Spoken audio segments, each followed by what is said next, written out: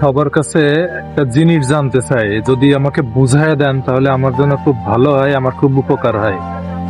জামাত এত খারাপ, কিন্তু যত শিক্ষিত ভদ্র নামাজি লোক, ইঞ্জিনিয়ার, অ্যাডভোকেট, বড় বড় ডিগ্রিধারী শিক্ষিত লোক ওই দলই কেন পছন্দ করে?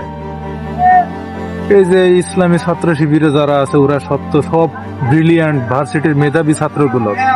তা তোরাও তো দুই একটা হইতে পারতি, অন্যান্য দলের ভিতরে যা আছে শিক্ষিত হইতে পারতি, কিংবা হচ্ছে শিবিরের মতো শিবির দল করতি, টাইম মতো পাস আউট করতি নিজের সেশনে।